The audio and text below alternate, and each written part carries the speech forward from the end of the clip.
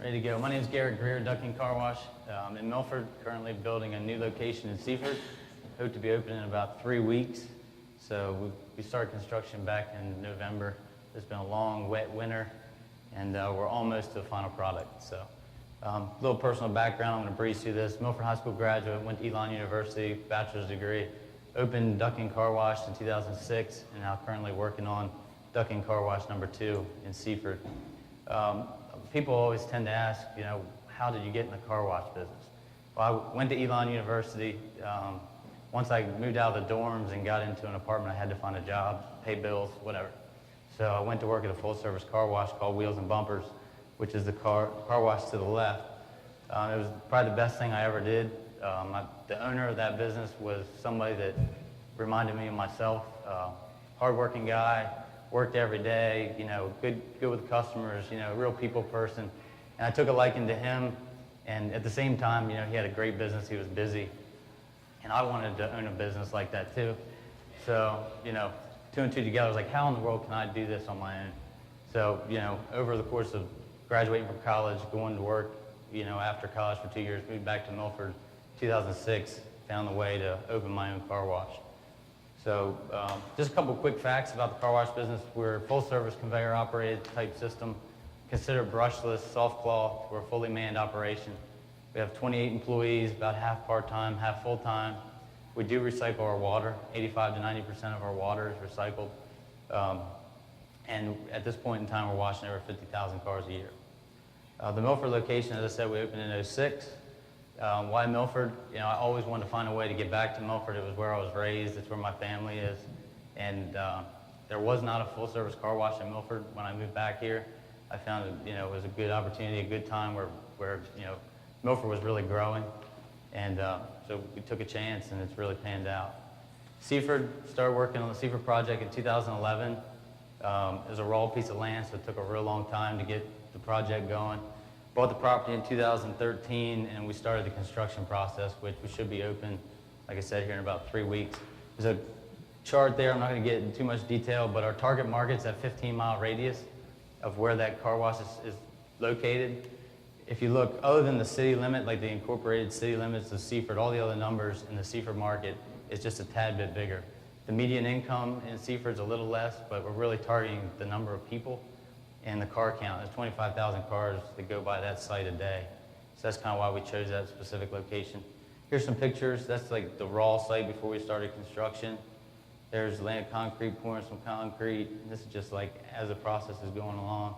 There's a lobby, car wash, getting a roof. And this is with like 3 weeks ago.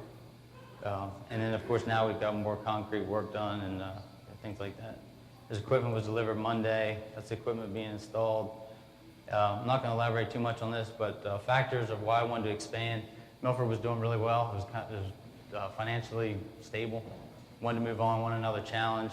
I had 2 guys that graduated from Wilmington College with bachelor degrees that had been with me since I opened, really good guys, which gave me the opportunity to expand and give them a good opportunity. And they've been willing to move with me and be patient, and they'll reap the benefits here in about 3 weeks. But property, good location, interest rates. Milford, when I settled on that, it was 8.95%. Seaford, we're financing 80% of the project at 4.5%. The market demographics I've already touched on, and a predictable business plan with 6 years of data from an established business. It makes it so much more predictable as to what you're going to do, moving forward. What's next? The big thing there is hiring. We're looking to hire 28 people in Seaford. Part-time, full-time. We got to add the start in the guide today, so I'm sure the calls will start coming in. But if you guys know of anybody that's interested, we're certainly looking for qualified help. Keys to success, and I'll be quick on this. The big thing is developing a good staff. You got to have good people. Got to be surrounded by good people. Let the business reap the benefits and don't take it to yourself. Continue to reinvest in your employees and your equipment. Keep everything maintained. And appreciate your customers, and I think that's the most important. When a customer pulls in, I couldn't be happier to see somebody using your product, and I'm grateful for all of our customers, and will continue to be. And I think as long as you have that mindset, you'll be successful. New ideas and change. What I pass around is our VIP card. And it's just an example of one of the things that we did. Instead of using like coupons and little things that were costing, things that added up to a couple $1,000s a month, we established an in-house marketing plan, which, when a car pulls in, we register that customer and all their specific tag numbers.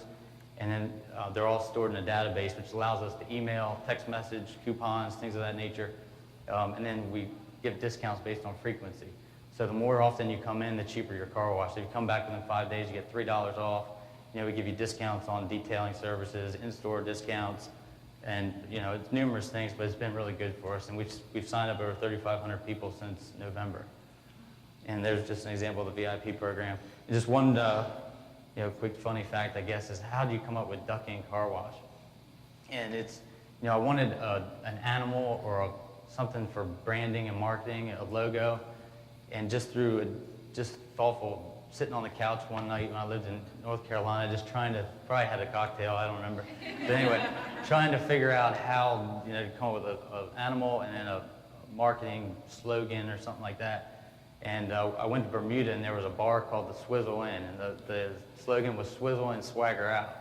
So I came up with duck in dirty, drive out clean, and threw the duck in there. So we've got a duck mascot. We dress him up. He's in all the advertising and the commercials.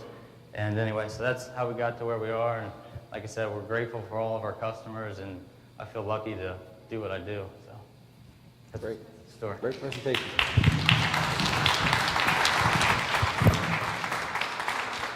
You're not finished yet.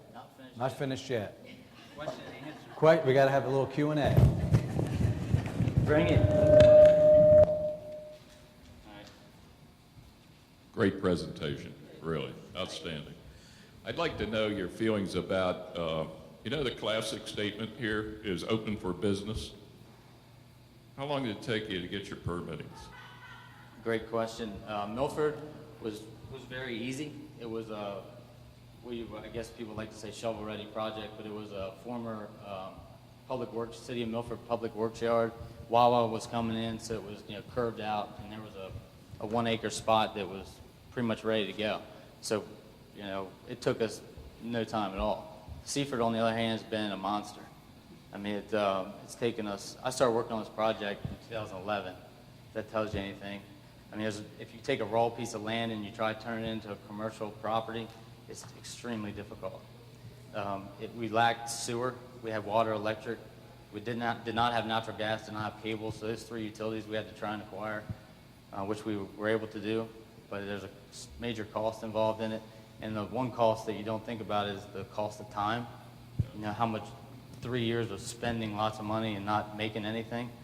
And DelDOT was, everybody says, and it was our biggest problem. I mean, we met with them prior to the submittal with the City of Seaford, their planning department, economic development director, city manager, everybody, laid out the plan, presented that plan, and then resubmitted 7 times. So the permitting process was horrible, but the City of Seaford was great. So, yep. Are there any other questions for Garrett? Barbara? Not so much a question, but a comment. I go to your car wash in Milford all the time. I'm a VIP member, and it was so easy. When my husband goes in, he doesn't have to carry a card. You have both of us on file. Awesome. Good move. But you're also a really good community partner with the Chamber of Commerce. I'm your ambassador for that, and you're going to sell ducks for us. Yes, ma'am. And I just want to comment, you're a good partner to have. Great. Well, thank you very much. Any other questions or comments? Brenda, I know you have at least one question. Is there a difference between your business plan for your Milford location and your Seaford location, and what would be the major points of that difference? Yeah, there's a huge difference.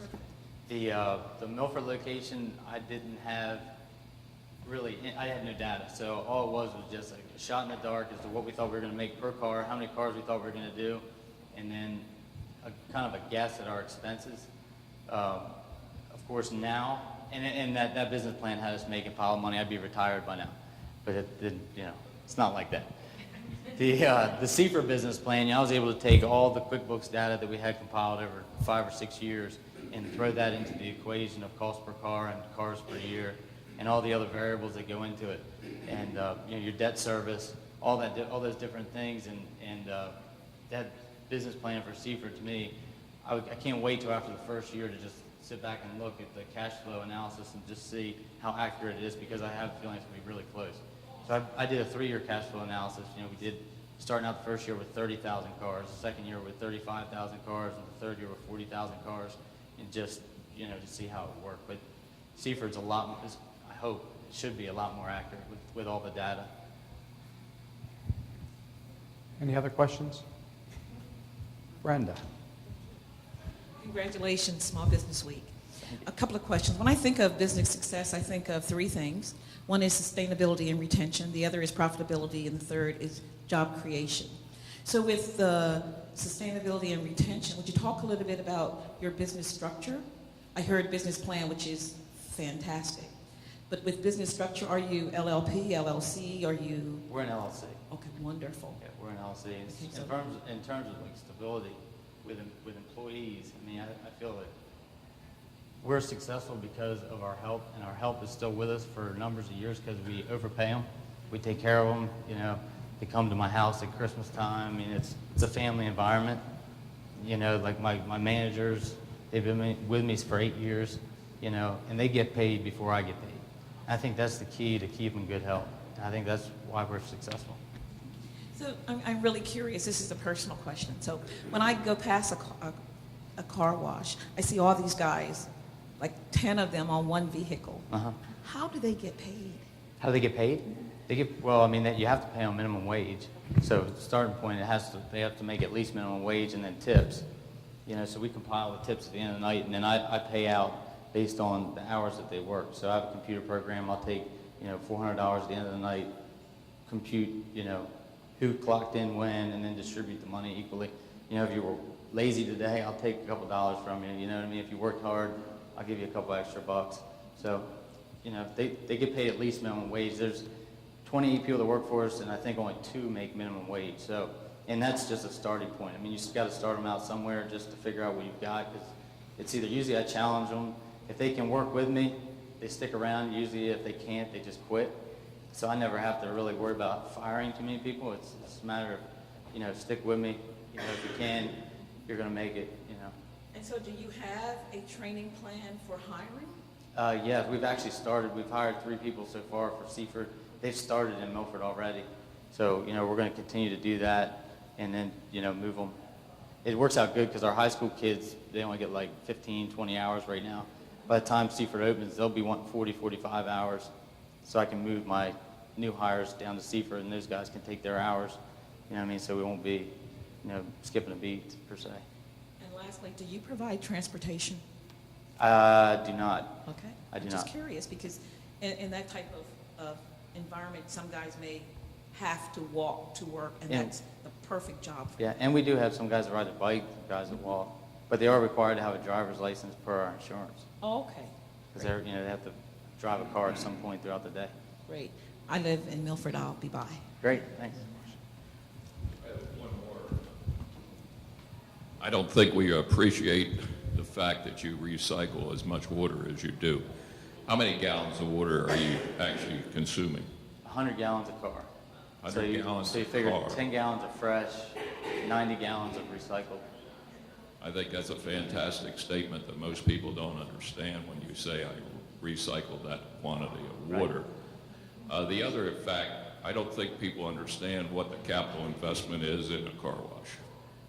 Could you just highlight how much capital is it required? Yeah, I mean, in terms of the Seaford project, it was, in terms of dollar amount, it's, you know, a 7-figure project. I did a SBA 504, which I came up with 20% of the capital, and then the rest of the finance through the SBA and Artisans Bank. But of course, there's the major factors are the land, the equipment, and the building.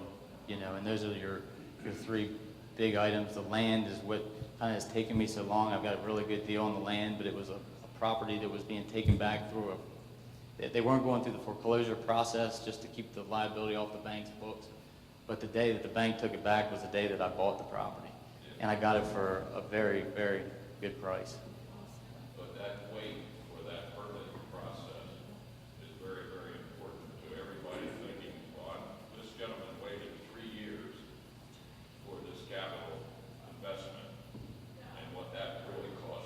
It's everything. I mean, you figure you're taking your money and you're putting it towards something, and that money could be making you money somewhere else, you know what I mean? But you've got to invest it in that project, and then not only the time, the resubmittals you have to pay an engineering firm to do that work, and it's all in those expenses. I mean, they really do add up. So I just don't understand why you can't, one guy look at the paper and say, these are changes you've got to make them and be done with it.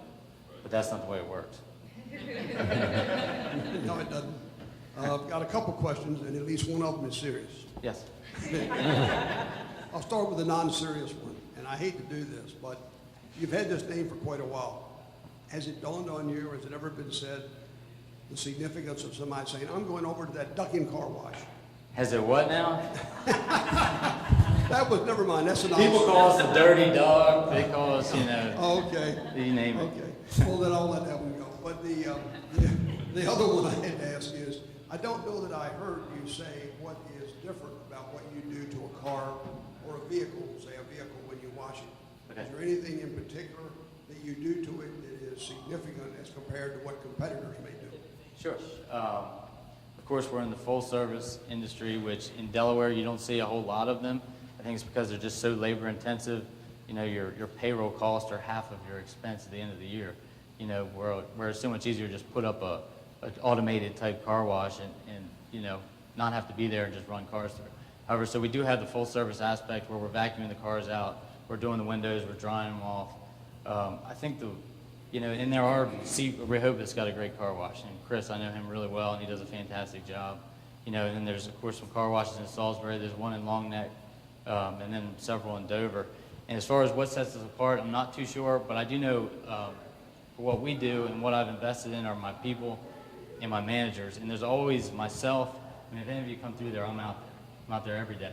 And my guys are out there, my other managers are out there every day. And when you come to get your car, I want to be the one to hand that car to you and have looked at it, inspected it, and given it my, you know, satisfaction, you know, before you get in it. And I feel like that does set us apart. And I spend way more than I should on my management help, but I feel like it pays dividends. Maybe I'll be more clear. My thought was, do you have any type of a specific kind of a wax or a wash or anything that is, I won't say more expensive, let's say a higher quality or a different breed of cat than the average one uses that could be communicated to the public? We do. Well, there's 4 different washes that we have. Of course, every wash has a different product. When we opened in 06, the newest product on the market was the Body Shield, which is a product that goes on the car. It acts as a rain repellent for the body of the car, as if you were putting Rain-X on your window, but this works for the entire outside of the car. That's been our, you know, best product up until now. And we're open in Seaford. I've got 2 new arches coming in 3 weeks, which it's called the Extreme Shine, and that's going to be like our new thing. And like I said, we'll have it in both locations within the next 3 weeks. It's got a LED light. It looks like lava going on your car as it comes out of the arch. And it provides, you know, just extra shine and protectant on the car. And then we also do offer detailing services, which is a totally different animal. You know what I mean? It's like a 5-hour deal, schedule an appointment, and it gets what the regular car wash isn't going to get. I mean, the cracks and the crevices and the little things that you can't do in 5 minutes is what you get in a detail that you do once or twice a year. Is that webbed into your advertising in some way? The detailing services? No, the special product that you have. It will Something be. that the public can say, this is different, this is the newest and best, this is. I mean, is that? I think we probably do need to do a better job with that. I mean, it's on the website. We're filming a WBSC commercial on the 30th. It's the first time we've done TV advertising. Of course, the product will be on there, and we'll highlight that. So, but I appreciate your comments, because it's probably something we need to address. I have a quick question. Do you track where everyone is from? Like, do you track if they're from Delaware, Pennsylvania, local? I mean, do you track all that? We did a survey. We did a survey last, or maybe it's probably been 2 years now, because I was working on the business plan for Seaford, and I was just trying to get a collection of data to see where our customers were coming from. So we've surveyed 500 people, and out of those 500 people, 89% of those people were from within that 15-mile radius that I was talking about. Wow. So, you know, that kind of proves your point is in terms of that target market that I mentioned. Yeah. But we do gain, like, summertime, you know, we got Wawa right there, so you do see, like, a lot of Pennsylvania, Maryland, New Jersey, New York cars that come through in the summertime, you know, just from getting gas and getting the car cleaned up. Is the volume pretty constant throughout the year, or is it like, I know for me personally, in the wintertime, I don't wash my car very often, but in the summer, I'm always washing it. So do you Right. see the same thing? See, I think it's completely opposite. We're way busier in the winter than we are in the summer. And maybe that's because you're washing your car in Right. the summer and we're not. You know, but the wintertime cars get dirtier, you know, the salt on the roads. Right. I mean, we're really busiest from like December through June. Because right now we got pollen season, which is even better than salt. You know? It's the greatest thing on earth. The cars get dirty like every day, every 2 days. So yeah, but we're busier in the winter and in the spring. Okay. Are there any other questions? We have time for one more question. No? Okay. Besides Del Dots, well, let me ask you a quick question about that too. When you presented your plan, were you under the impression with the first submission and they gave you feedback that if you made those changes that it would go forward from there? Or was it Yes. a surprise every time they came back to you? Yeah, it was. It was a surprise every single time. Very frustrating. I mean, you know, we would never have made the submittals time and time again unless we thought we had everything done. You know? Gotcha. So was it like they kept changing their mind a little bit? Right. Okay. All right. And I think the problem is you don't just deal with one person. You know, you've got one guy looked at it, in January. The next time you submitted it, a different guy reviewed it in February, and then in March another guy reviewed it, and they all got their input instead of just one guy being in charge of looking at the drawings and making the changes. I bet you felt like saying, let me see if I can read your mind first. Yeah, there's a little more intensity to that. Besides that, could you please tell us what has been your biggest challenge with your car washes? Sure. Well, the biggest challenge would be, you know, at the beginning, just kind of getting established and getting your name out there. But '08 was our toughest time. I mean, I don't know if you remember, but 2008 it'd be a perfectly sunny day and there'd be pollen everywhere, you know what I mean? And you wouldn't be washing the car. And it was going from, you know, '06, '07, '08. You know, as soon as we hit '08, it just stopped. And we actually saw a decrease in '08. And then came back from '09. We've seen growth ever since then. But that was kind of like a point where you sit back and you check yourself and you cut expenses. You know what I mean? You bid out your insurance, you price out everything that you can possibly think of, and just adapt, make the changes and adapt and survive, you know? Well, quick question. Yes, sir. On the, I'm riding by your Seaford location multiple times a day. It looks like there's a service road entrance that's going to handle multiple locations where you're operating there. Correct. Were you required to cover the cost of the service road since you were the new kid on the block? Indirectly, yes. That was, the property was taken back by Bank of Delmarva. That's where I bought my 1 acre. It's an 8-acre piece. Part of the contract that I negotiated with the purchase of the property was the stormwater management was done by them. The service road was done by them. And the sewer that needed to be done was split between the city and the bank. And that was kind of put into my purchase price, you know. So they settled with me, basically used the money that I bought the property for to do those utility improvements and those road improvements. And then in terms of the road, there was a requirement from the city and the state to have a 100-foot setback. So the entrances couldn't be, they weren't allowing, you know, multiple entrances onto the highway. So it was a 100-foot setback, you know, so that service road is in there, 100 feet, then you make a left into my place, make a right into the shopping center that'll be developed in the future. Garrett, what can we do as a community to support you and help you grow? Just come get Get your our car washed, washed. right? But for two, I mean, you know, hiring, you know, we're looking for help. And, you know, like I said, I mean, I do care about my employees, and I do try and treat them to the best that I can. And so if you knew somebody that's looking for a job, even if it's a high school kid or it's a great job for somebody that's in college because we're flexible with hours, you know, so in terms of help, you know, we'll have 60 employees come June. And then just, you know, let people know. I mean, if you ever hear a negative comment about something that we did, you know, I hate that, but it happens. We make mistakes. And, you know, come talk to me. You know what I mean? I'll make it right. I think that's the biggest thing. I just, you know, really care about each car, and you can't control it. You know, you make, like I said, you make mistakes, and you just want to do good on those mistakes when you do.